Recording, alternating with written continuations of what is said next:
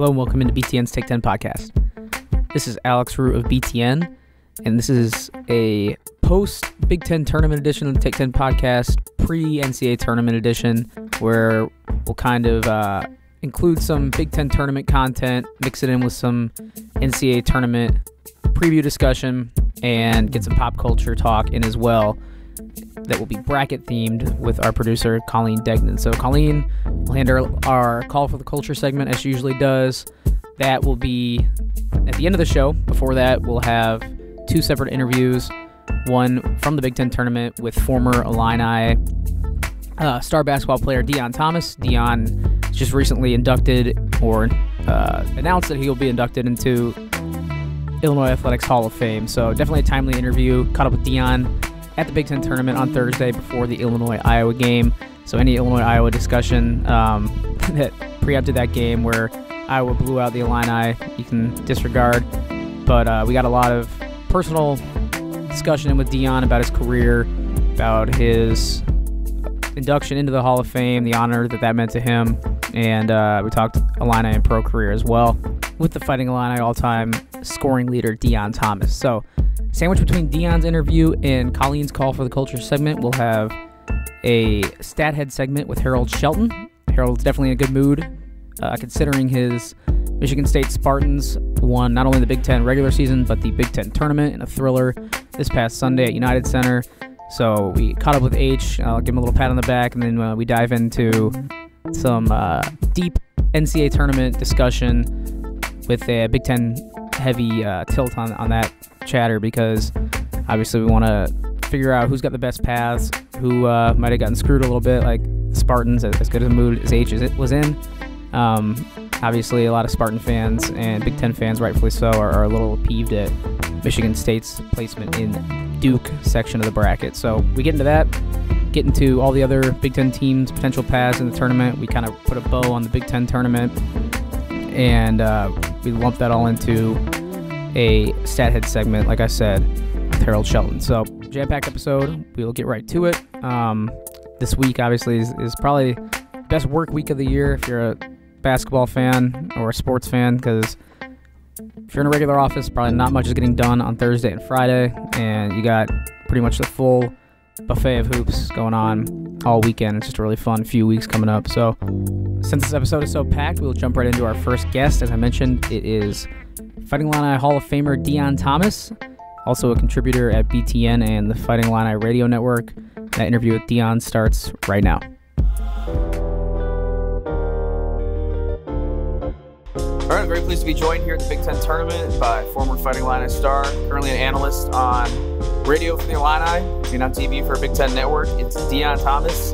Deon, how's it going? It's going good, man. First of all, no former. I'm like my younger brother. He's in the Marines, and one time I told him former Marine, and he was like, "Oh, once a Marine, always." A Marine. So once in the Illini, always. I'm glad we got that established. I will not make the mistake again. Deon, thanks for being here. And before we start, I want to congratulate you on being named to the Illinois Athletics Hall of Fame. It's a huge honor, and I'm curious, how did you find out about that nomination? Well, actually, it was they tricked me. You know, Josh. Well, not really Josh, but they told me that they wanted me to do a video for fundraising to help with the new basketball practice facility. So as I walk over to the court, and I'm thinking I'm getting wired up to shoot this video, tell how important it is to recruiting, to the university, Josh comes over with me, Josh Whitman that is, and he says, "Well, I want to tell you, this really isn't about that. It's to let you know that you're the first member of the 2019 class for the Hall of Fame." And of course, I was in shock. People always tell you that you'll be prepared for it because of the things I did in my career and that I still do for the university, but you're never surprised. You're never ready for that. I mean, so I was shocked. I was actually speechless there for a minute and didn't really have a whole lot to say outside of how proud I am and how happy I was for being inducted. So once you regained your speech capabilities, who's the first person outside of your family that you told about the honor? Well, I didn't tell anyone because they asked me not to say anything. Oh, okay. Keep it under wraps. So I should not say that because that would be a lie. I told my wife when I got home, but I swore her to secrecy. But they hadn't admitted, they hadn't announced it to the rest of the inductees yet, so he asked that I please keep it under wraps. So I did. I just told my wife when I got home, and then that's the way it stayed until they announced it a few days later. Okay. So I got to ask, I think the induction ceremony is coming up this fall, 2019. You going to wear anything special, or are you going to keep it kind of straight up? You got any special wardrobe planned, an orange blazer, anything like that? No, man. I'm a do like I always did. I did it when I was a player. Dick Vitale called me the silent assassin because I went out and I basically did my job. Not really flashy kind of guy, minus the, my little pocket square here. But, not really a flashy guy. But so, no, it'll be kept simple but tasteful and nice. And you said you were in shock when you got the nod. You going to maybe tear up a little bit during your speech? Or what do you got planned? Is it words that'll make you maybe get emotional a little bit? Well, I mean, the things that'll probably get me emotional is really talking about my grandmother. My grandmother is basically who raised me. My mom had my brother and I when she was young. So in her pursuit to finish her education, we spent a lot of time with my grandparents. So my grandparents didn't go to school past the 7th grade. My mother went as far as to get her associate's degree, who will be sitting in the crowd with us.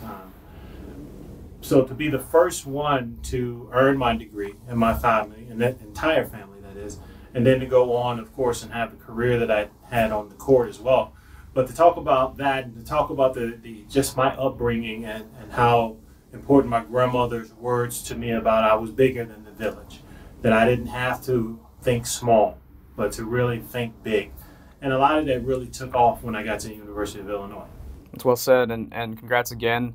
Looking forward to that ceremony. And just reflecting on your career at Illinois, you're obviously a very prolific scorer. You're the leading scorer in program history. I'm just curious, because I wasn't around to see that era of Illinois basketball. How was scoring different in that day and age, and how has your position changed from the early mid-'90s? Well, it's totally different. Anytime at that time, if you were taller than 6'7", you were a center. So nowadays, you're a guard at 6'7". The skill level has just adopted has changed so much to adopt with the time. But at that point, the scoring was still difficult. I mean, we had great players at that time.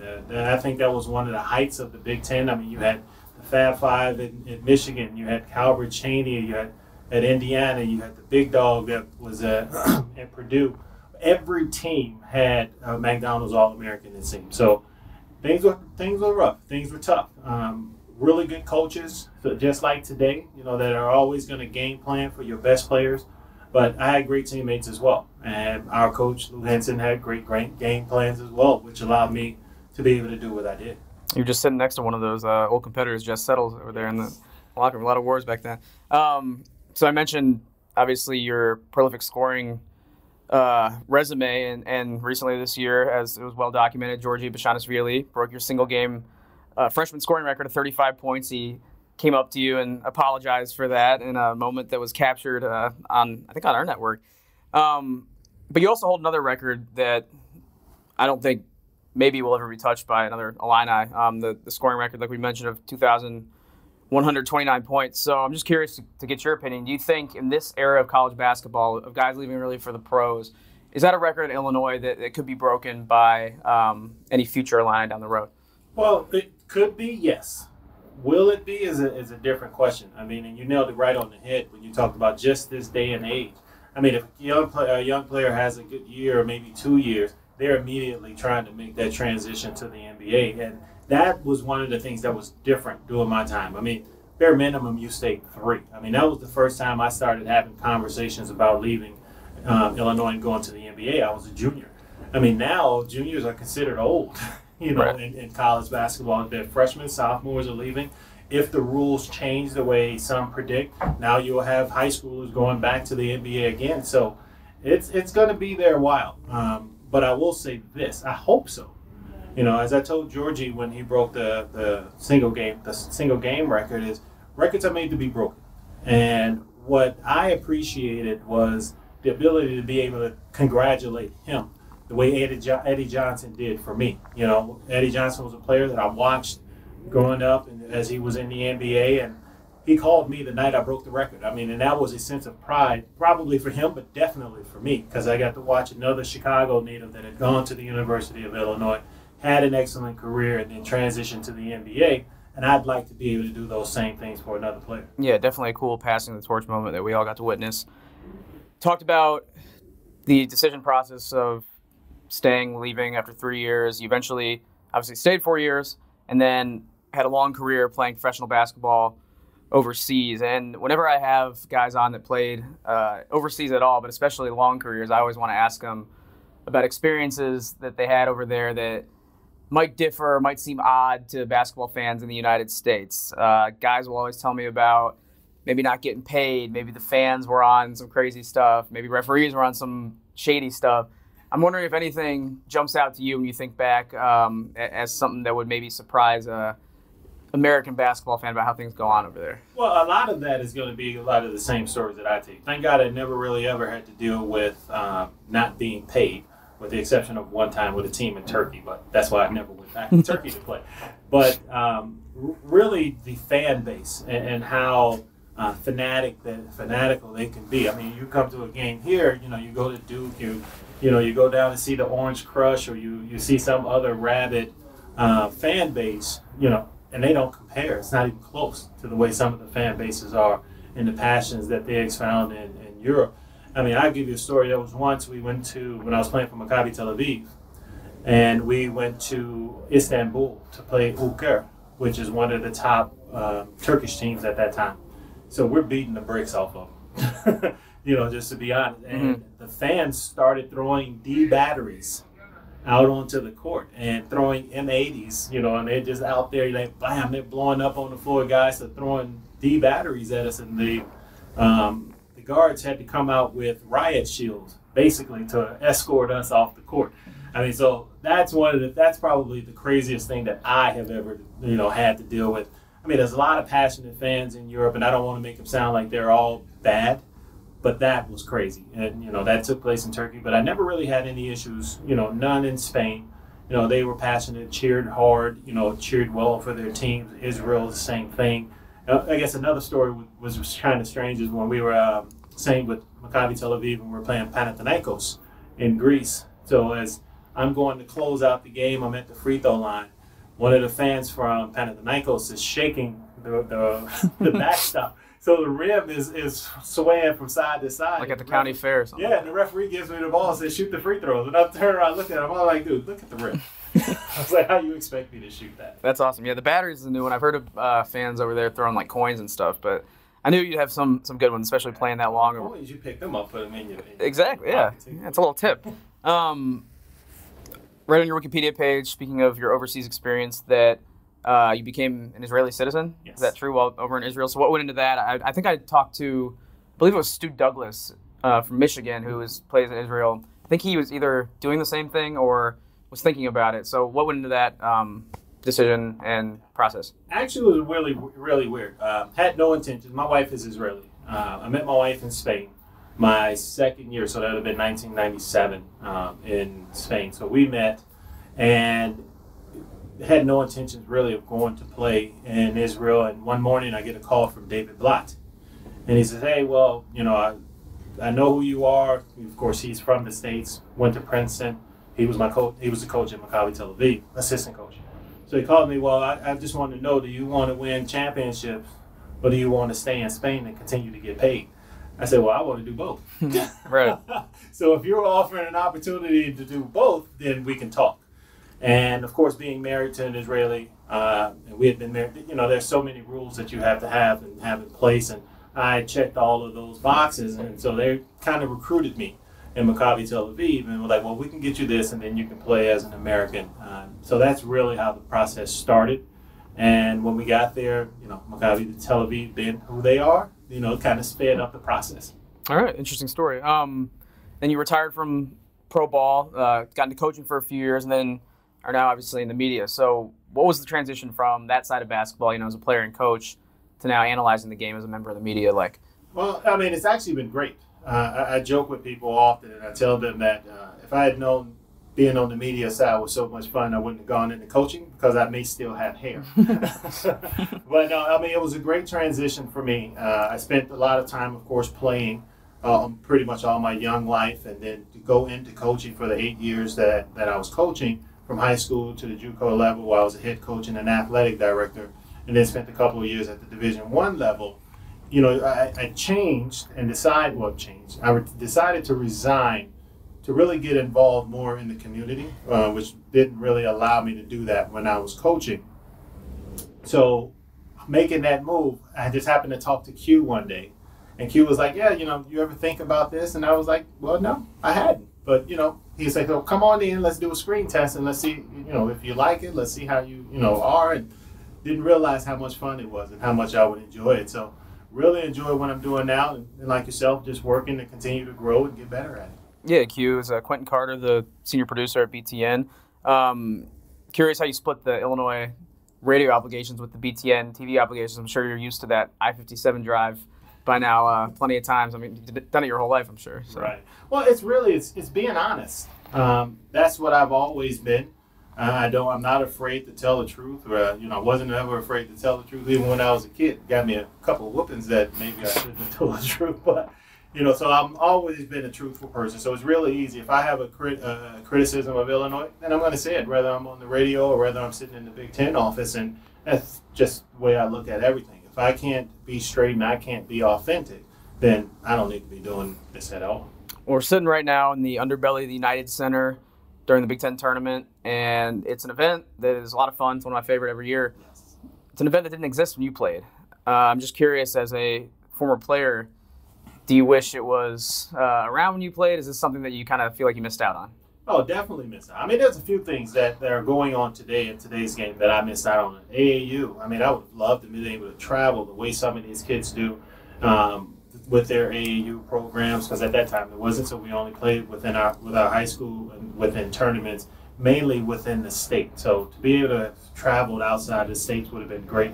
But to be able to play in the Big Ten tournament, have an opportunity, if you don't win the regular season championship, to still have an opportunity to win the Big Ten tournament championship, I would have loved. Because, again, at the time I played, extremely tough to win a Big Ten tournament. To win a Big Ten championship. So to have a second chance would have been great. To have been able to continue to play, and, you mentioned the 2,100 points. Might have had about 3,000 if I was able to play in the tournament. You never know. So we're sitting on Thursday afternoon before Illinois' matchup with Iowa. Obviously, this game carries added significance for you and for listeners and Illinois fans who are tuning in. They probably know all about that. So what does Illinois have to do to not only compete with the Hawkeyes tonight, definitely a lot better than they did last time this season when they got blown out, but to win against Iowa? Well, that game, just to, how many times do you go 16 for 21 from the three? I mean, Iowa was on fire that night. It really didn't matter who they had played. They would have probably beat them. So that's going to have to be one of the main things. Iowa's a great three-point shooting team. Illinois has to make sure that they defend the three-point line a lot better than they did before. Normally their defense allows them to chase people off the three-point line. They're going to have to do that. And then when you have players like Cook inside and Garza, you have to be able to defend the paint. Now, you have to give up one to get the other normally. But they're going to have to contest open jump shots, rebound the basketball, and make it as difficult on Cook and Garza inside as possible. All right, Deon, before I let you go, one more question. Unless Illinois makes a miracle run here, the season will probably end this weekend. So what do the Illini have to do to be vastly improved next year enough to make an NCAA tournament? Well, they need to continue to recruit. I mean, the college basketball business, college sports is about recruiting. I mean, they have Kofi Cockburn coming in next year, high recruit for them. So since they have that one, they have to continue to build and get better guys as they're trying to continue to grow in the league. But the main thing is they have to keep their players there. You can't have the turnover that you had in Underwood's first year, because then you're starting over and over and over again, and that's never a good solution. So if they can get Io to stay, and I hope he will understand that he'll be better next year than he is, trying to leave this year. But you never know how that whole thing will go. Keep players together, keep your team together, and have more time with them as you continue to try to learn them and the way you want your system to run, the way you want them to play, the way you need them to play, and with the toughness that they play with. All right, Deon. Well, thanks again for taking some time. Really appreciate it. See what happens tonight, and I'll be following your work the rest of the way on Fighting Illini Radio Network and on BTN. Appreciate it. Thank you, man. All right, thanks once again to Deon for sharing some of his time during that Big Ten tournament. A lot of fun sitting down, chatting with him. We'll move on now to our Stat Head segment with BTN researcher Harold Shelton. As I mentioned at the top of the show, H and I will take a deep dive into the NCAA tournament bracket and some of the best and worst paths for Big Ten teams as they look to navigate that bracket and get to Minneapolis for the Final Four. So let's get into it. It's an NCAA Tournament March Madness edition of the Stat Head segment with Harold Shelton. It starts right now. All right, back in the lab with Harold Shelton, and before we even get started, I got to congratulate H because I was standing right next to him on Sunday, actually, at the United Center as his Michigan State Spartans pulled off the season sweep of Michigan, the season sweep of the titles. They got the regular season and tournament championships locked up. H, props to you. That's a rare season, and I'm sure you're enjoying it. Yeah, that was definitely cool to see. Probably the third coolest thing I've seen since I've been working here, at least in person. The fact that they were able to get the double, first team to do that since Wisconsin 4 years ago, it's kind of a rare thing, and to do it against the rival, it's icing on the cake. Yeah, and as a Spartan alum, as we've talked about in depth on this show, I really want to get your insight on why this particular Michigan State team gives Michigan fits. Because watching those three games, I saw a pattern, and I'm sure everyone else kind of saw it too, that Michigan looked pretty good for a large chunk of each of those games, and then hit a wall or stalled or went to a shooting slump at certain points in each. It kind of got progressively later in each one, but still was enough time for Michigan State to get in gear and ultimately pull out the victory. Why do you think this Spartan team is such a bad matchup for what is a very good Michigan team, but just couldn't get over the hump this year against them? Xavier Tillman. I think he is the number one reason why. He disrupts everything that Michigan wants to do offensively. They can switch a bunch of things on defense when he's in. Normally when Michigan runs ball screens, Michigan State bigs usually hedge and try to get back to their man. This year they were able to do a lot of switching. Tillman could stay out on the guard and not get beat and still put enough pressure on the passer where they couldn't get the ball inside the Teskey on a mismatch. So I think he's been a big reason why. The second game we saw all of the block shots he had against Simpson around the rim. This game on Sunday, they were plus 14 when he was on the court. I mean, they were up 6 when he got his second foul. Michigan went up 8 at the half. He comes back in, kind of solidifies everything on defense, and Michigan State makes the run. And kind of to your point, it's been the final 15 minutes of the games. Michigan was plus 22 in the first 25 minutes combined in the first 3 games. Wow. After that, Michigan State outscored them 104-58 in the final 15 minutes of all 3 games. Out-rebounded them by 30 in that stretch. Michigan State got pretty much any shot they wanted, shot around 54% in those 3 games in that final stretch. So it definitely lived up to the script once again. It's tough for a Michigan fan this year. I mean, this is like the spoils of success, and it's hard to even relate as fans of teams in many sports that don't even get to big games like that. But as a Michigan fan, you've had these very good teams this year in football and basketball, but ultimately, you lose to Ohio State in football, get blown out, lose 3 times to your rival in basketball. Like it's got to be a tough feeling. I don't know. Yeah, I would say so. I mean, it's weird though, and the basketball side, this is what makes a rivalry great, right? Like when North Carolina and Duke play, you don't know who's going to win. For 1 year, one team will get an advantage like Michigan had last year. Michigan beat Michigan State twice when Michigan State was the heavy favorite in both games. And this year they were kind of seen as even, and Michigan State made just enough plays down the stretch.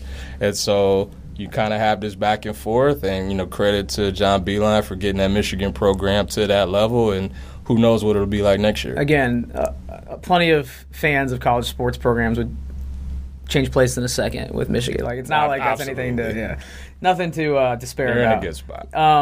Also learned something new on Sunday. I found out what Tom Izzo's son looks like. I tweeted a video of a young man kind of tearing up, crying at the emotion of winning on the post-game celebration, the aftermath of everything, and tweeted it out. I was like, hey, I don't know who this guy is. I knew someone would finally eventually tell me, but I didn't realize it would be Tom Izzo's son. So I learned that from the beauty of Twitter. There you go, beauty of Twitter. So I won't make that mistake again. But it was a cool moment for him, and it was cool to see just on the court being kind of in that little celebration, the genuine, it looked like brotherhood and camaraderie that the Spartans have. I mean, they were going up to Kyle Arns after his injury, congratulating him. They're all celebrating together. It's an easy team to root for. I mean, even as not a fan of the team, I can't imagine as like a fan like you are how easy this group is to root for. I don't know where that they rank among some of your favorite teams ever. This might be the most mentally tough team he's had. I don't think they're as talented, physically as some others. Like, they weren't as talented as last year, but the pieces seem to fit better this year. Mm-hmm. I think a lot of that has to do with the seniors playing their best ball. Kenny Goins and Matt McQuaid. They've just kind of figured it out, and it's been next man up. When Langford goes out, then it's Aaron Henry who steps in. When Nick Ward goes out, it's Xavier Tillman who steps in. And, they kind of have, one goal, one focus, and they, for whatever reason, they keep finding a way. Yeah, and shout out to Matt McQuaid because I've been kind of waiting on him to prove something since that Syracuse game last year in the tournament where they lost, and I think he had 3 points, and it was on that lucky bank three at the end of the half. And he really stepped up. I mean, 27 in such a big stage, especially when they needed it. They needed every one of them. Yeah, so. Good time for a career high. Still don't know how he wasn't on the all-tournament team. But I know. That's a gripe that a lot of fans have had, I've seen. Before we move on to the NCAA tournament and we can transition into Michigan State's seeding there, just want to get your thoughts overall quickly on the tournament as a whole. What do you think of the 14 games over the last 5 days last week at United Center? So I thought the Thursday group was a pretty fun session. It was cool to see Nebraska win 2 games to get to Friday. It's kind of continued the trend where it seems like every team that starts on Wednesday gets a couple games, right. And you got a mini Cinderella run. Unfortunately, they weren't able to take it one more step. We still haven't seen a team start on Wednesday and get to Saturday. I feel like at some point that'll probably happen. Right. But after the Saturday blowouts, it was nice to have like kind of a classic championship game. And I thought Thursday, for the most part, was pretty good, outside of the Iowa game. We even got a good start on Wednesday with, Illinois Northwestern going to OT. It was some good energy in the crowd. You had Tim Miles and his antics for the first 2 days. So all in all, it was a lot of fun. Yeah, Tim Miles falling on Wednesday and tripping and that clip going viral. It was weird knowing like nothing, at least from a quirky vantage point, would top that the rest of the week. Absolutely. So that was hilarious. Yeah, it was a decent tournament overall, I thought. There weren't any buzzer beaters, which we've seen in the past several years have been sort of commonplace. There were a handful of 10 to 20-point games, and like you said, there were a couple close games, the OT games at Illinois Northwestern, Penn State, Minnesota. Those were fun, but I really do think that Michigan State saved it and ended up making it a good tournament, a very solid, entertaining tournament overall, because that was a thriller. I don't know where that ranks for you among games you've seen in person. That for me, that was like probably top 5. Yeah, definitely top 5 for things I've seen in person. I was trying to just figure out, the BTN era, what the best Big Ten 30 title games are, and it's probably that one, Wisconsin, Michigan State from 15 that went to OT, and probably Ohio State, Michigan State in 12. Those are probably the 3 that stand out to me the most. All right, we'll move forward now. We've spent 8 minutes talking about the past. Let's spend the next 12 or 15 or so talking about what lies ahead. And we were still out in the court. I don't know about you, but I was still out there when they announced on Sunday the seeding for the Spartans, and most of the team, I think, was still cutting the nets down, so they didn't even get to watch or see on TV. And I think that kind of highlights a talking point that people have about the Big Ten playing their tournament game on Sunday, leading up into the CBS selection show. And it's even more at the forefront of everyone's minds now because people think Michigan State got screwed with a 2 seed in number 1 seed Duke's bracket. And there's a couple different ways you can look at this. I know Mike DeCourcy of BTN wrote a article for the Sporting News saying that the committee did it because of geography and a 120-mile difference between D.C. and Kansas City. They ended up putting Michigan State in the closer bracket and ended up hurting them with the Duke matchup. Also, I think you have a couple other ideas of what might have been going through the committee's minds. So first off, do you think Michigan State really did get screwed, and what do you think the reason is, and are there potential fixes? I was wondering if they would get a 1. I didn't think they would, but I thought they had a shot at it. At worst, I thought they'd be the top 2 seed, and they weren't.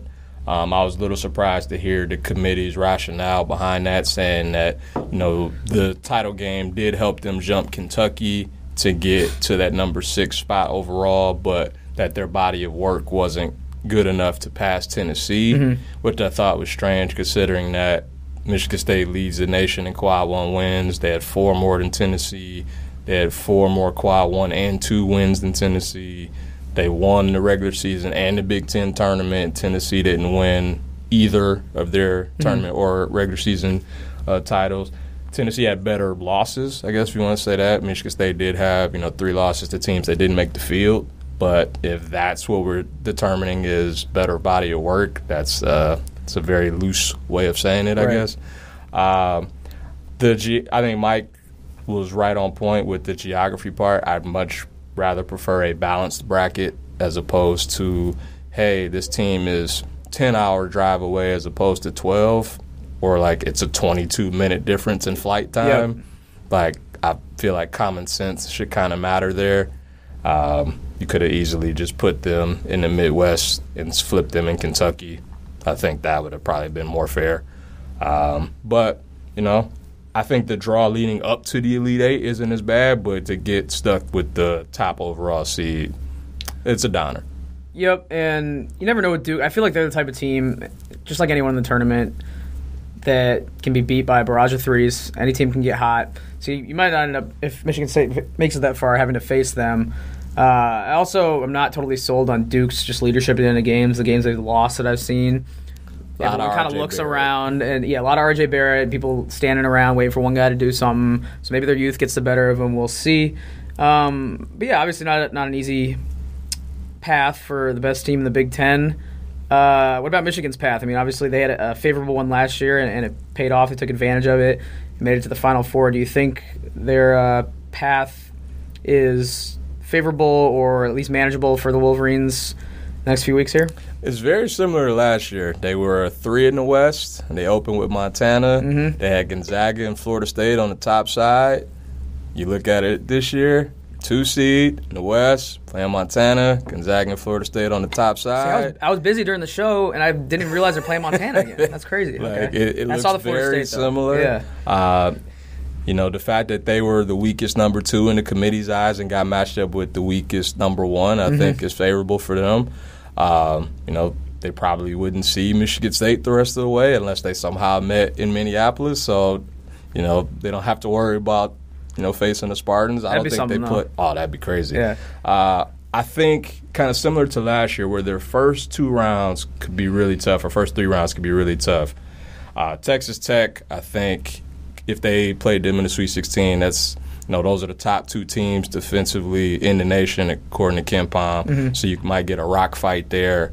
Nevada's got some pros, so I think, that would definitely be an interesting contrast of styles if they met in the second round. But it's kind of hard to bet against Michigan in March with John Beilein, leading the way. Right. I mean, they've got 16 wins over the last 6 years, which is tied for most of any team in the country, NCAA tourney time. So, the resume speaks for itself. How about the South region of the bracket that has 3 Big Ten teams in it? What do you think of Wisconsin, Purdue, and Iowa's been struggling, but what do you think of just that region? What tripped Purdue up last year was just the athleticism of Texas Tech. That was Tech, right? Not A&M? Yeah. Tech. Okay, yeah. So, I feel like historically they kind of struggle with length and speed. Virginia is not necessarily that. Tennessee's got some athletes in that region. What do you think about the potential of those 3 teams making any amount of noise in that region? I think a lot of it depends on the health of Carson Edwards. We kind of saw him limping around during the Minnesota game on Friday. He was getting stretched out on the sideline. It seemed like it was a lower back issue. So if he's healthy, I think they've got a chance to get to the second weekend again. They've done it the last 2 years. So I think they have a chance to do so again. Tennessee, Rick Barnes, NCAA tournament, not quite great. Right. So if they're able to get to the second weekend, I think that's a game they can win. However, playing Villanova in the second round 3 hours away from campus, not necessarily a great draw to for a top 12 overall team. That's a gritty, grindy region there. I mean, Virginia, Kansas State, Wisconsin. It's a very slow Purdue, paced region. Yeah, very slow pace. And then just looking down the bracket, like nothing to do with the Big Ten here, but looking at the 1 through 5 or 6 here, North Carolina, Kentucky, Houston with our guy Kelvin Sampson, Auburn at 5, Kansas at 4. I mean, that's that's like the all FBI cloud lingering region right there. I mean, I wonder if that was done intentionally. Good question. And I mean, that would be a very interesting regional too. I mean, that's in Kansas City. Iowa State's the 6th. They're very dangerous. They just won the Big 12 tournament in KC. If Kansas is able to get there in KC, that could be a huge home crowd advantage. Obviously, Kentucky travels everywhere. So, I mean, if you had some kind of grouping of Kentucky, Iowa State, Kansas, North Carolina, you might want to move that game to Arrowhead because the ticket sale could be through the roof on that. That has its potential to be a very, very fun regional. I feel like outside the Big Ten, a lot of people like Maryland's chances. I've heard on multiple podcasts when asked about sleepers, Maryland is one that's brought up. I don't know if you see any favorable matchups throughout the teams we haven't talked about yet. Or if you're worried about any Big Ten teams that are in. I mean, we've got 8 in this year, which is Big Ten record. It's double the amount the Big Ten had last year, so I think no matter what, it's a good outcome. But what are your thoughts on some of the teams that we haven't really brought up yet? I think Maryland is interesting, especially if they can get to the Sweet 16. I mean, they're in the East region, which is in D.C., which would be 12 miles from campus. I think they'd have quite the advantage there if they were able to win 2 games. The fact that they're playing the winner of the Belmont-Temple game is kind of a disadvantage because you don't really know who to prepare for. I would assume Belmont will win that game, but you don't know. The problem with Maryland is they have a tendency to turn the ball over a lot, and that just burns you in tournament play. And just not show up sometimes. Yeah, like they just have a bad complete nights. no-show against Nebraska. Yeah, I mean, Penn State too, earlier in the season. Yeah, they've had a few of those. And so I like their talent. I like their bigs. I just don't trust them to necessarily get to the Sweet 16. But if they were able to get by that first game, you play an LSU team without a coach, and I think that could be very advantageous in a short turnaround situation. What about the Pitino Bowl, Minnesota and Louisville? That'll be fascinating. That'll be fun. The question is, does Rick Pitino come back to this game? Is he sitting behind? How can he not? The Minnesota bench? Is he giving, some inside information on some of the players that are there? I mean, it's a very fascinating thing. But it's interesting, the winner of that game, I mean, if Michigan State wins, you're going to get a guaranteed rematch. Louisville beat Michigan State in the ACC Big Ten Challenge, and Michigan State Minnesota played, just a month ago in East Lansing. So it's just a weird bracket. Really weird in the sense that you could potentially have Michigan State facing Minnesota and Maryland in back-to-back games. Is that how? Yeah, that's how it plays out, right? Yeah, that's. I can't even remember something like that happening. Yeah, and again, I don't understand why you couldn't just flip one team from the East to the West and one team from the South to the Midwest. You have 3 Big Ten teams in the East, 3 in the South, and 1 in the other 2 regions. Just balance it out like they used to. They made sure that you couldn't play, a conference opponent before the Elite Eight. When you didn't, before the Big East had like 11 teams or whatever it was. That's how they used to do it. I kind of wish they'd go back to that. I mean, you've already played 23 Big Ten teams, and you might have to play 2 more, before you even get to the Elite Eight. That's a lot. So before we wrap up, H, I want to highlight something from your note packet you sent, I believe this morning, kind of breaking down the entire NCAA tournament field with the focus on Big Ten teams. And you pointed out, this is where we get even more into the weeds analytically here, the tendencies of Final Four teams and national champions and how they line up historically as far as their offensive and defensive efficiencies go. So you used those stats as an indicator and kind of linked it to the last 17 champions in NCAA basketball. There's some strong trends there, so if you could elaborate on that, that would be awesome. Yeah, so I believe it was the 12 of the last 17 champs ranked in the top 25 in offensive and defensive efficiency.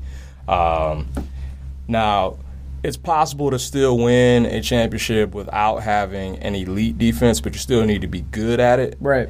Because 16 of the last 17 champs have been in the top 20 offensively, including Villanova last year, which was number 1 overall, and we saw how they played in the tournament. They blew through everybody. So if you have an elite offense and a really, really good defense, you've got a really good chance. And Michigan and Michigan State both have that. They both fall into that category. I believe all 4 1 seeds are in that category. I want to say Texas Tech maybe in that category. But it's an elite group. Purdue at least is in the top 20 offensively.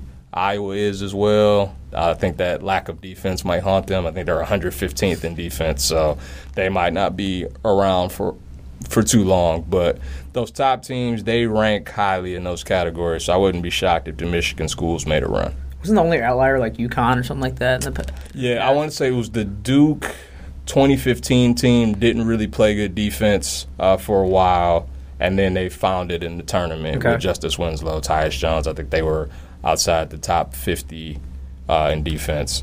And UConn, I think the year they won it, they were like 80th in offense. Right. But it's got hot, got the right draw.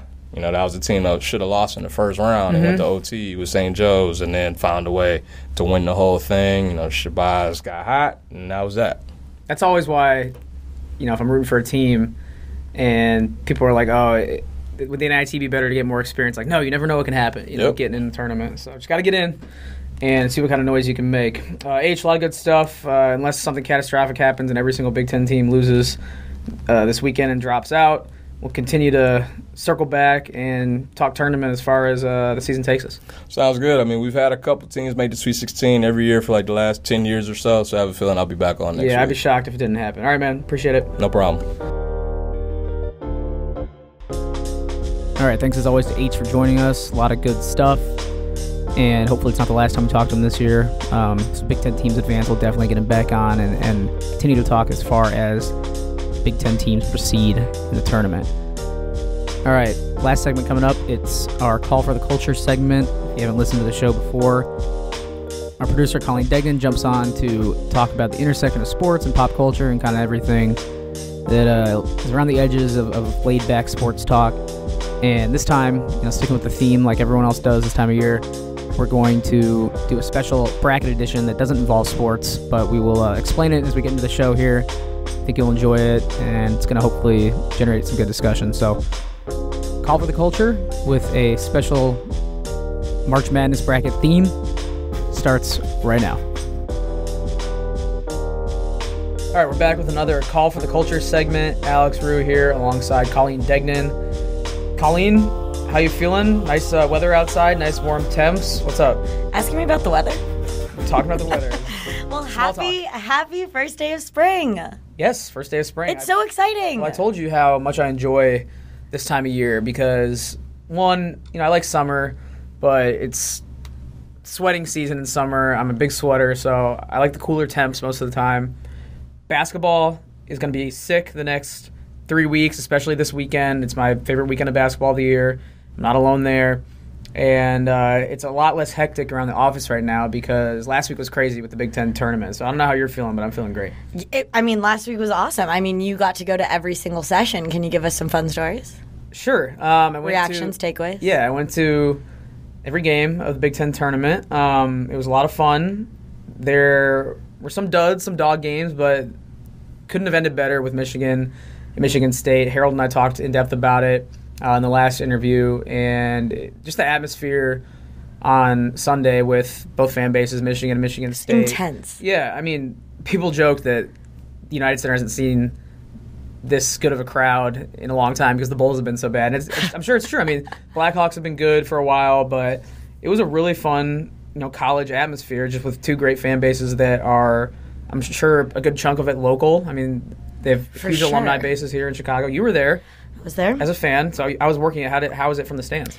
It was great. At first, I went into it feeling no pressure because my beloved Badgers did not make it to the final day, but in natural competitive spirit, I found myself getting very stressed out during the game. Were you rooting for anyone in particular on Sunday? I think I ended up wanting Michigan State to win, mostly because I didn't want Michigan to come away with their third championship title. Yeah, we had a couple of three-peats there. Like, it was either going to be Michigan's three-peat in the Big Ten tournament or Michigan State's three-peat sweeping Michigan this year. Very true. So Spartans got it done. That was fun. I talked with H about this as well, but I wanted to bring you into this because it was funny.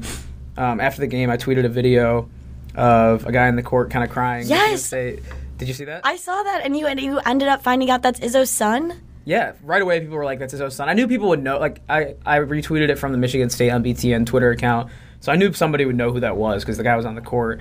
He was tearing up. How emotional and sweet. It was cool. Like, that's what I like about college sports especially, because that emotion, I think, is more likely to come out when people have put, their invested sort of feelings into a team, obviously, like he has. Right. And being his son, you understand why that emotion was so strong. I figured it was maybe like a manager or something who had worked for a senior manager or something like that. But no, fans let me know real quick, and most of them were good-natured about it. I don't know if you saw the one guy's reply, though, who I was lucky I didn't block him. Did you see? No, I didn't see it. The one sarcastic guy, he's like, that's Izzo's son. How do you work at BTN? Oh, my gosh. Sometimes I'll ignore people like that. Sometimes it's fun to toy with them a little bit. So I responded quickly, a little heated. I was like, believe it or not, I don't know every single coach's kid in the Big Ten. That would be 28 coaches across football and basketball having to memorize every single child of a Big Ten coach. I know some just because I've seen them or we've done pieces on them in the past. We'll put the summer interns on this. Yeah, but, I mean, when I interviewed for the job, one of the questions from my bosses were not, name every coach's kid and here's a picture, pick them out of a lineup. So, Twitter trolls, I welcome you guys. It's fine. It happens every once in a while. I maybe should have known who Izzo's son was, but that's okay. Yeah, I definitely don't. It was a nice little surprise. You had a long weekend. You had a busy weekend. Yeah, it was cool. And it was a cool video. So that's, I guess, my takeaway. But now it's leading us into... Well, also, how about St. Patrick's Day weekend lining up with it? Like, it was pretty crazy. Gorgeous weather, surprisingly. Saturday was awesome. It didn't hurt the crowds at all, I don't think. I think the crowds were lively just because of the weekend. I totally forgot that Sunday was St. Patrick's Day. Same. I went to go see the river with one of my girlfriends, and I was like, wow, it's still green, and there's so many people wearing green. And then I felt highly ignorant because it was St. Patrick's Day. It literally took me till Sunday morning to remember that Saturday wasn't St. Patrick's Day. Yeah, I know. Because, like you said, the parade, the river, all that. But the foot traffic was great, and it was so nice out. Walked everywhere in the West Loop, walked to the United Center. Nice. It was beautiful. Cool.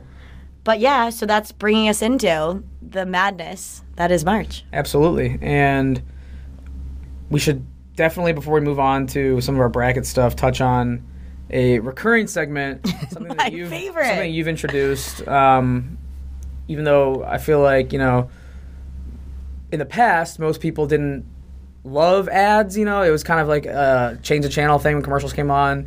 I feel like they're trying to be more integrated, more friendly to consumers. They're very so you're doing your ad of the week, right? So what's I also think they're timely. We're going to look back in a decade and remember things by their ads. Just saying. I mean, just like we look back a decade ago, 20 years ago, and remember the Chihuahua from Taco Bell. Exactly. It can resonate. It's your plug for your favorite fast food place too. I got some Taco Bell after the Thursday games. I got delivered. Oh my God! Late night. The fact you get delivered. Okay. Late night. Not the point.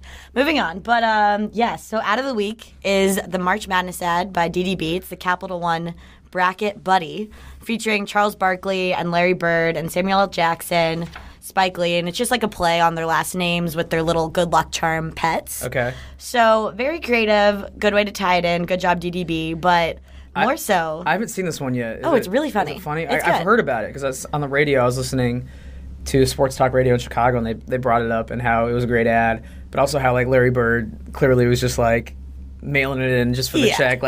Charles Barkley. He's got some character to him. Spike Lee. I still have to see it though, so that's it's good. To check out. But mostly, are you superstitious? Do you have some good luck charms? Superstitious? No, not really. I'm not. I'm just I believe in logic, reason. True. You're the cynic of the office. Yeah. You're always putting my teams down, putting your own teams down. I don't have any special sort of pair of underwear or socks that I wear if I need good luck.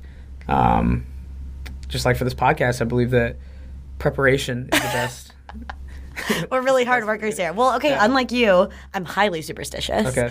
And perfect example, my roommate and her family took me to Game 5 of the Cubs World Series back in the day in 2016. Yep. And once we went to that game, our outfits remained the same the rest of the series. Literally could not wash what we had on. Same hairstyles, same hats, double flannels, my same 3/4 sleeve, Ryan Sandberg jersey, jean jacket, red Converse high tops. And it got me pretty far.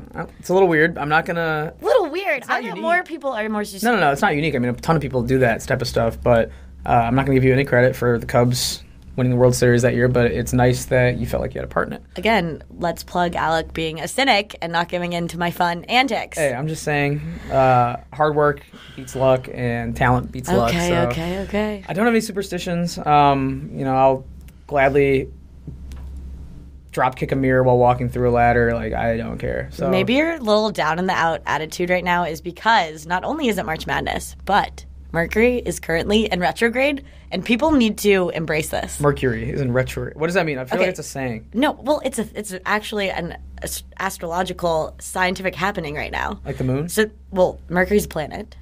Maybe you should go back to fourth grade science. I know the planets. I'm saying, is it like have to do with the tides and the moon and stuff like that? Okay, so like pretty much right now, Mercury goes into retrograde 3 times a year. So the planet Mercury, we're not talking about like the mercury that goes in a thermometer. No. Okay. No. This is the planet. And it's just, it looks like it's going backwards, but that's just its continual revolutions or whatever around the sun. What does retrograde mean? Just like retreating? That's going backwards. Receding? So this happens 3 times a year. And during this period, so it's happening from March 5th till March 28th. Okay. And pretty much everything's in disarray. Communication is off. Technology could be failing you. Like actually because like it messes up satellites and stuff, or is this just like superstitious too? It's not superstitious. This is proven by astrology. Okay. So what I don't understand about astrology, and I know we have some people in the office, like even close to sit by me, we'll talk about it, with the signs and the horoscopes and all that. Like, are you a believer in that stuff? I love it. I identify as a Libra so wholeheartedly. Okay. I'm balanced. Well, I try to be. So, apologies to anyone who believes in the astrology kind of, I don't know, voodoo magic. It's not voodoo or magic. Well, it's basically the people that write it. I feel like I could be a horoscope writer because basically you're writing fortune cookies. No, you're not. Yes, because it's broad enough where it can apply to everyone, and it's just narrow enough as well that you make the reader think they're special. So, I'm trying to think of an example like.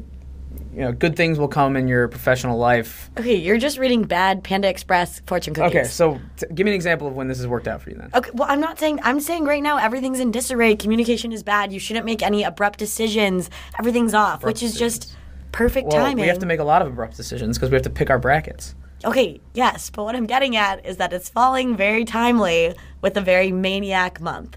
Okay, Okay, but also, I bet there's a lot of people out there that A, are superstitious, but B, also believe in Mercury. I just got that connection. You were trying to link that in with March Madness. I got it. Yeah. Makes sense, kind of. You need a coffee. Kind of makes sense. Okay, that's good because I mentioned, you literally wrote here, abrupt decisions. We have to make a lot of abrupt decisions coming up because since it's March Madness, which is also trademarked. So should we come up with our own thing? Should we call it like... The men's basketball tournament. We're going to be like a cheap Maniac bar. March. Well, like a bar. How the bars and companies always have to, like, if they want to advertise that they have the games on, they can't use March Madness because CBS owns it. So they're like, watch the men's basketball big games here. What would you like to rename it? We should rename it for the sake of the pod. Oh, my gosh. I don't know. I feel like every single, like I said, company has tried to, like, rebrand it, and it always sounds, like, really corny. So we're not corny. We do have to think of a name for what we're about to do though, because every buddy obviously listening probably has filled out a bracket. Or multiple, probably a lot. Yeah, multiple. Everyone's probably in some sort of little competition with their friends or office or whatever, and that's the basketball bracket. Another common thing to do this time of year is to fill out a bracket of things not related to basketball or things that are not the field of 68.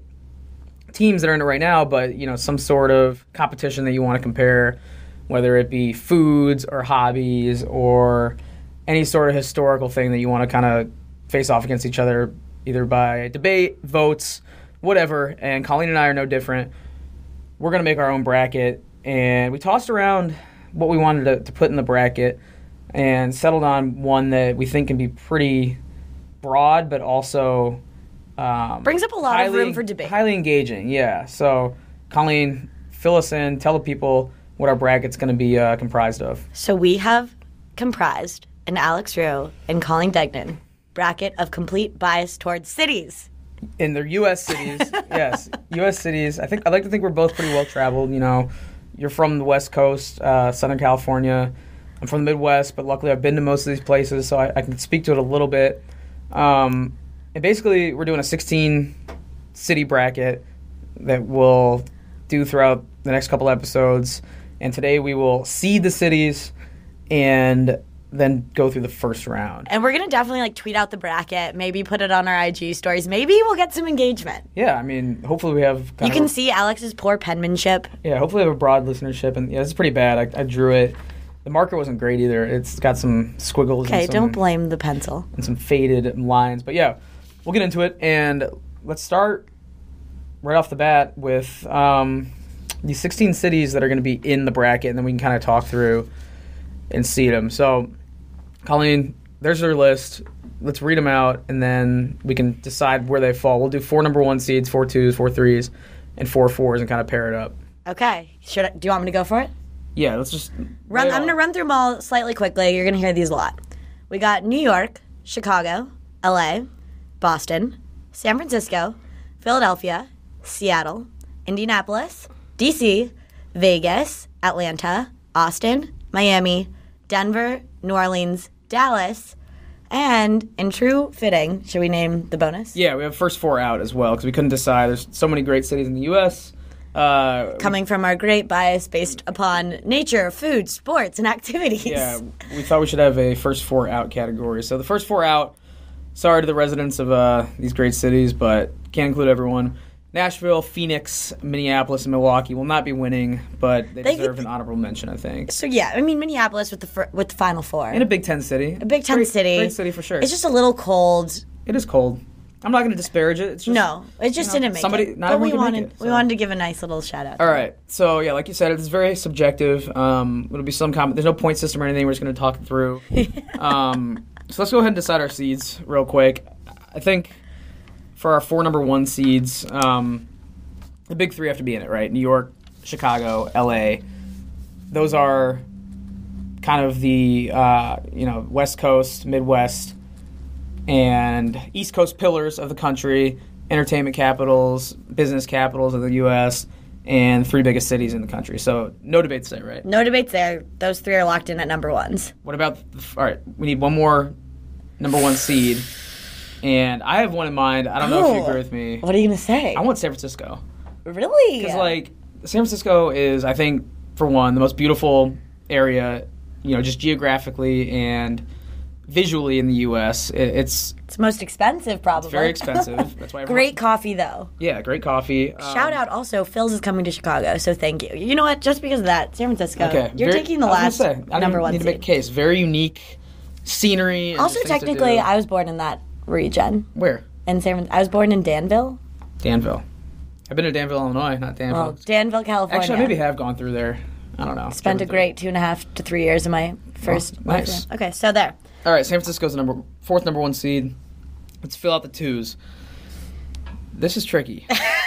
All right, how about Washington, D.C.? Why? Capital of the United States, first of all. Kind of seems like a cop-out, but okay. I mean, there's so many things to do. It's uniquely historic. There's museums. There is unique views, a great running city. Wide sidewalks, long crosswalks. You can run all over. The mall is nice. The mall. Not the mall, like the National Mall. Okay. No, not. We're also including malls now into our Not the J.C. Penney. Okay, fine. All that can be it. So Washington, D.C. I think we need to definitely include a place like New Orleans. Number 2 seed for New Orleans? I don't know. To be honest, voodoo, going back to the retrograde thing. To be honest, New Orleans is great. I don't know if it's deserving of a 2 seed. Maybe they went undefeated this year. Who knows? Well, actually, they didn't. They can't get a number 2 seed. Poor Drew Brees. Yeah. And exactly. Sorry, guys. So, you can't. The penalty knocked them down. Because of that, you're actually coming in at a 4 seed. Especially because they don't have... We're doing this out of order. We can talk sports, too. They don't have... That's what I'm saying. Yeah, they only have a football team. They don't have a Major League Baseball team. That no one really cares about the Pelicans down there. I was in a cab there.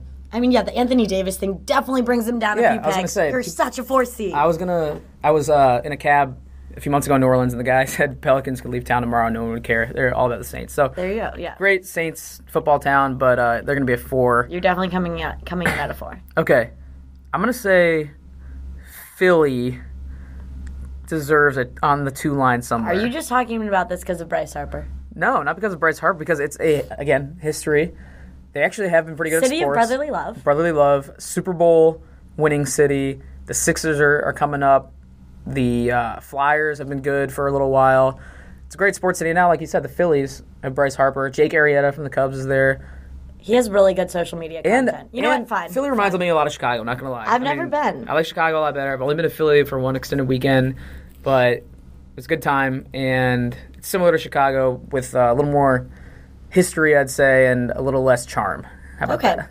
Fine. I'm going to go west. We're putting Seattle as number 2. I have no arguments there. You agree? Yeah, I agree Oh, with that. amazing.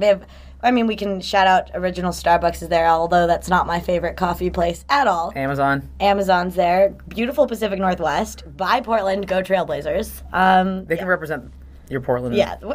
ties, you know. P&W vibes coming strong from Seattle right now.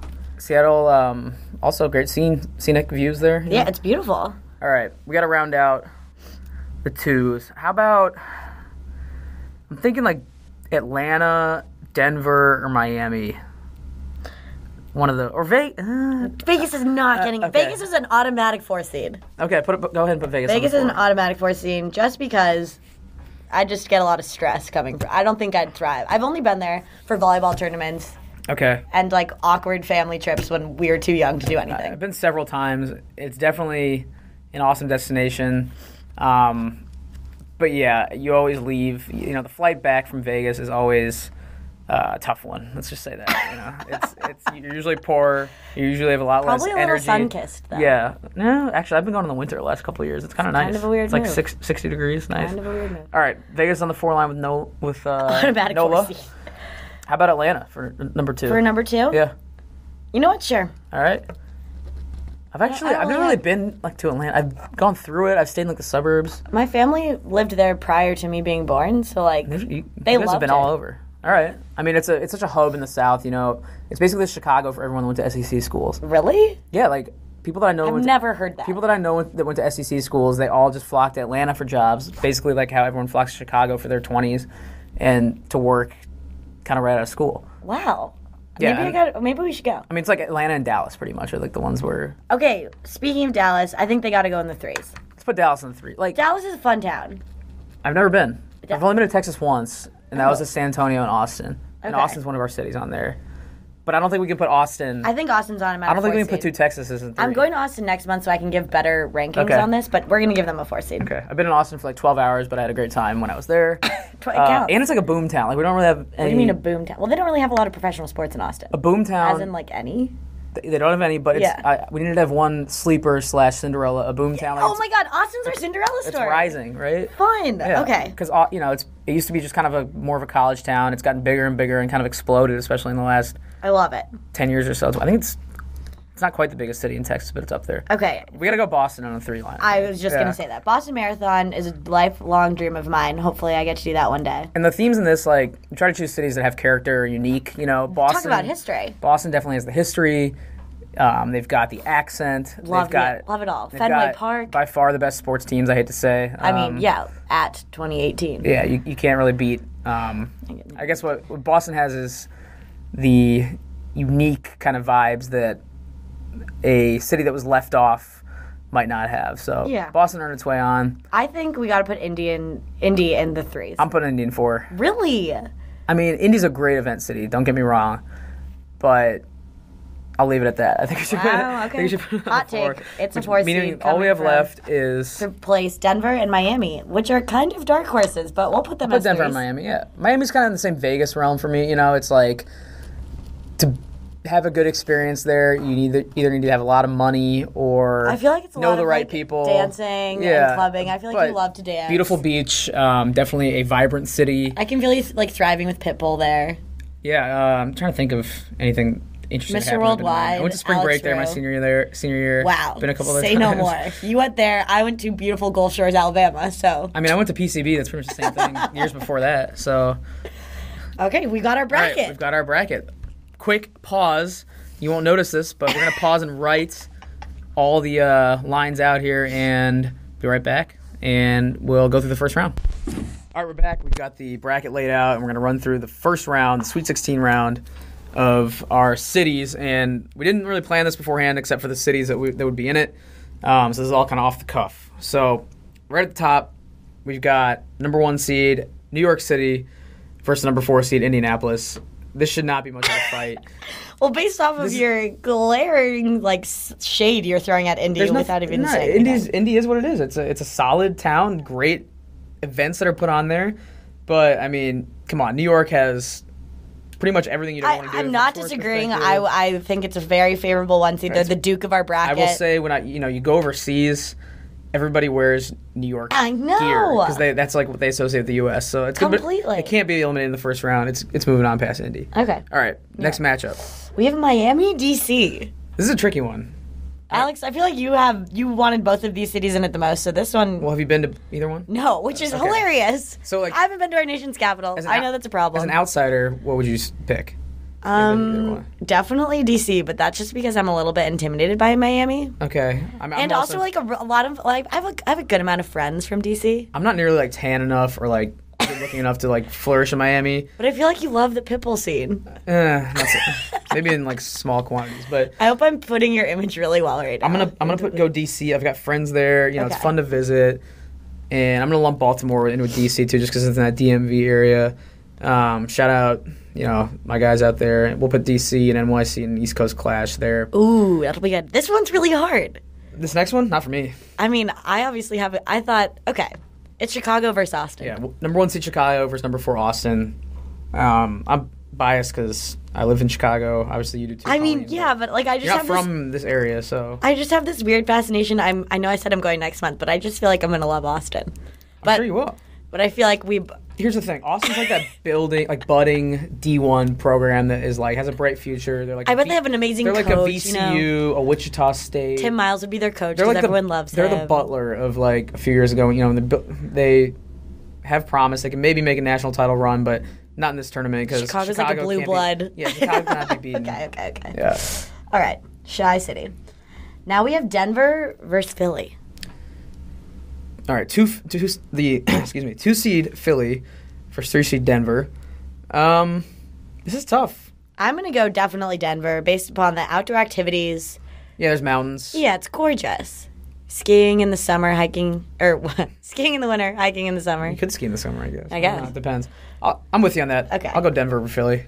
I'm not biased enough toward Philly that I feel like that's an upset at all. This next matchup is very easy for me, but at the same time a little bit battle of the this is your biased one. LA versus Vegas.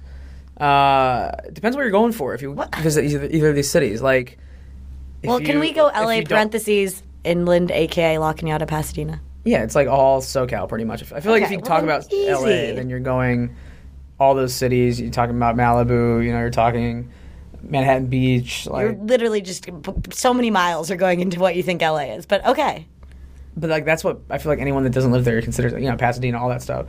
So if you hate traffic, you probably vote for Vegas on this one. I don't know. Thoughts? Well, I'm obviously voting for it. LA's advancing. Vegas is not beating us. Vegas is on the come up. They got a hockey team now. They're getting the Raiders. Who cares? They're getting the Raiders. No. All right, I'll cede to your expertise.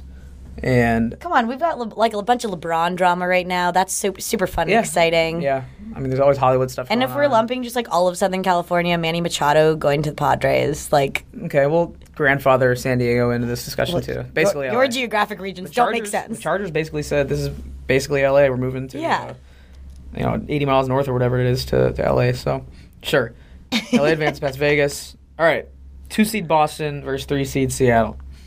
Wow, that one's kind of hard for me. What are your thoughts? I haven't been to Seattle since I was actually young. I went to Boston in high school, I believe, and did kind of all the touristy things. I went to both of those cities last year. Went to a Red Sox game. All right, so this is you. I went to a baseball game in both cities. The last time I was in both cities. I would probably vote Boston, but I'll let you decide this one because you've been to both more recently. I honestly, Boston just I don't want to give them any more success this year. I know they win everything. I just have such a bias against them. Yeah. And, like, Seattle's got, like, their, like, PNW vibes. Seattle doesn't really have an accent, though, you know what I mean? Which Seattle's is cool. so many transplants. What do you mean? What's wrong with the transplant? I mean, it's just not as authentic. Like, Boston has, like, Southie and, like, people that are from there, and they have the acting scene. They have Matt Damon. Okay, actually, Good Will Hunting is a fair argument to Mark include Wahlberg, Boston. come on. Okay, I do respect all of that. God, that's really hard. I just feel like Boston is more of a entrenched American city with history, and it's just got a little more unique flavor. I don't know.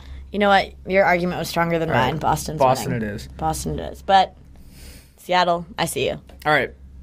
San Francisco versus New Orleans. We're going near the bottom of the bracket now. We're almost done. I don't really see this as a contest. I feel like NOLA is like you could spend like a weekend there, and you'd be like tapped out for quite some time. That's true. I can speak to that. Like how much crawfish can you eat? No, I mean San Francisco. If we're including San Diego in LA, we have to include like Oakland, Berkeley, even maybe San Jose, like in this area. Danville. So, the Bay Area, you know, it's just okay. Aside from the insane prices, Silicon Valley. There's so much to do. Yeah, like, Silicon Valley too. Thanks, Tech World. All right, we're on the same page with that one. San Francisco it is. All right, the last matchup from our first round. This one's tough. Atlanta versus Dallas. Also a lot of transplants, I feel like, in both these cities. I don't know how I feel about that take on cities.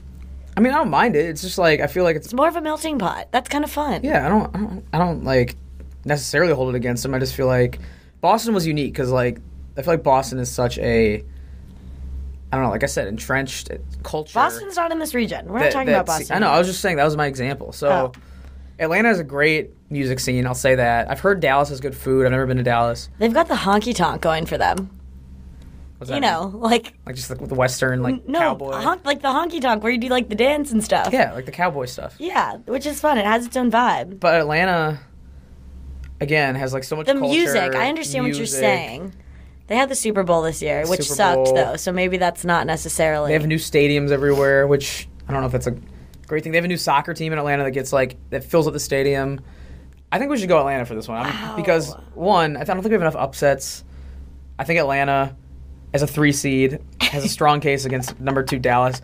I mean, Dallas, here's the thing. One, we already have 2 Texas teams in this. I know Austin got eliminated by Chicago, but, like, does Dallas really stand out even in its own state that much? That's what I want to know.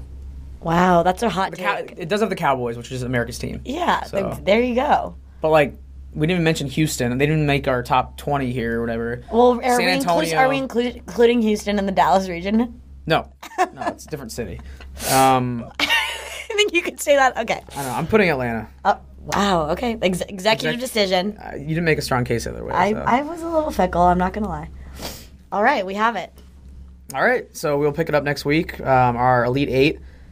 Not a whole lot of shockers here, but I think it'll get interesting as we go along. It's going to get interesting. I mean, we got an potential NYC-Chicago matchup, but right now we have NYC versus DC, Chicago versus Denver, LA versus Boston, San Francisco versus Atlanta. So maybe like next round we'll have to help decide. We'll have to tell our own, like tell a story from when we were there or something. Yeah. We'll spice it up. Because I'm sure everybody cares about our super biased opinions towards America's cities. I mean, nothing offends people more than like disparaging. Yeah, I know. So this could get, if people actually listen, this could get a little dicey. So I can't. Maybe we'll get some backlash. We'll see. But right. Real quick before signing off, I meant to bring this up earlier, but it blew my mind, and I just discovered it last night while grocery shopping. Where did you go? I went to Jewel. Right Jewel Osco. A lot of people might not know what that is. I didn't know what it was until like a year ago. Okay, Jewel Osco, and they've got a sketchy mascot. Anyways, continue. I didn't realize that at any grocery store, you know when they have the deals, the yellow tag that gives you the deals. Yes. Like but you have to 2 be a for member. 4, some places, but not at Jewel. So 2 for 4, you know, whatever. You know, I like my soup for lunch. I got 2 for 4 cans of soup. Alex only eats soup. They also had these the P3 protein packs, you know, where you get like the little cashews, the cheese, and the meat. And the deal for that was 10 for 10. So it said 10 for $10. You're like, I'm in. I'm in. I put 10 in my cart, and my roommate is like, you know, you don't have to get 10. It's just trying to tell you the fraction or like the ratio, the amount. Like it's trying to say you get like one, like each one is $1. I thought you had to get the amount on the thing, like the amount that it said. I thought if it's Doesn't 2 for 4, yeah, you can't just get one. It'd be like $2.15. But that's what he was saying, and like we asked the cashier, and they confirmed it that like unless it says you must buy one to get so and so, it's just like a marketing thing. one, to communicate the deal, but also to, like, it probably is kind of sneaky. Like, they want you to buy That more is of it. sneaky. I know. I've always thought it's like you have to buy the quantity. No. And I'm still not convinced, but... I don't love that. Yeah, I've been shopping the wrong way my whole life, if that's true. Like, I could have just gotten one quantity. Is that just, like, unique to Jewel Osco, or is this No, every I think that's market? every grocery store. And, like, so the yellow tag price, unless it says otherwise, is a replacement for the original price. That It's seems not like you need a certain outrageous. quantity. I know. I'm a little shell-shocked still by this. We're jaded So by the deals of Jewel Osco. Yeah, we'll see. I still got the 10 packs because Maybe we'll incorporate every hometown's local market or grocer into Yeah, next week's, because that's actually have a lot of opinions we got when it rid comes of to that. we got rid of Miami already, so there's no Publix. I don't know what that is, but You've never been to a Publix? no. But you got Ralph's and Vaughn's in LA. Those are great. Trader Joe's is originally from California. They have Wawa in DC. They have What's it in a Philly. Wawa? It's in Philly. Okay, well, we'll save that for next time. I hope you didn't lose too much money to Jewel Osco. Yeah, That's a bummer. it was worth it. But everyone, go enjoy the first week of Maniac March. What's our branding? Did we think of that? The big men's basketball competition. That's no. about as good as like any other brand comes up. We'll with, work so on we'll it. Leave it at that. But, All right, everyone. All right. Sounds good. Signing off. See you next week. All right, thanks once again to Deon, Harold, and Colleen for joining the show. A lot of good stuff from all of them, and hopefully you guys enjoyed listening to it as much as you'll enjoy the next few days of college basketball. Coming up Thursdays is just absolute madness usually. I love it. It's going to be a lot of fun. Hopefully you can sit at the office from 11 a.m. or whenever the games start until, I guess, 11 at night. I'll be here watching the late games. I think Purdue has a late game on Thursday night. So it's going to be a ton of fun. Can't wait for the next 3 weeks. And hopefully a Big Ten representative or two makes it to Minneapolis and represents in the Final Four. So till then, we'll be continuing our interviews every step of the way. We'll get some interviews definitely done for Minneapolis with the dignitaries and representatives and everyone that'll be there, Big Ten related or not. But yeah, like I said, until then, stay tuned. We'll carry you through the tournament. Thanks as always to everyone for listening. Thanks to my producers, Wes White and Julie Bronder, for helping out. And we will talk to you next time here on the Take 10 Podcast.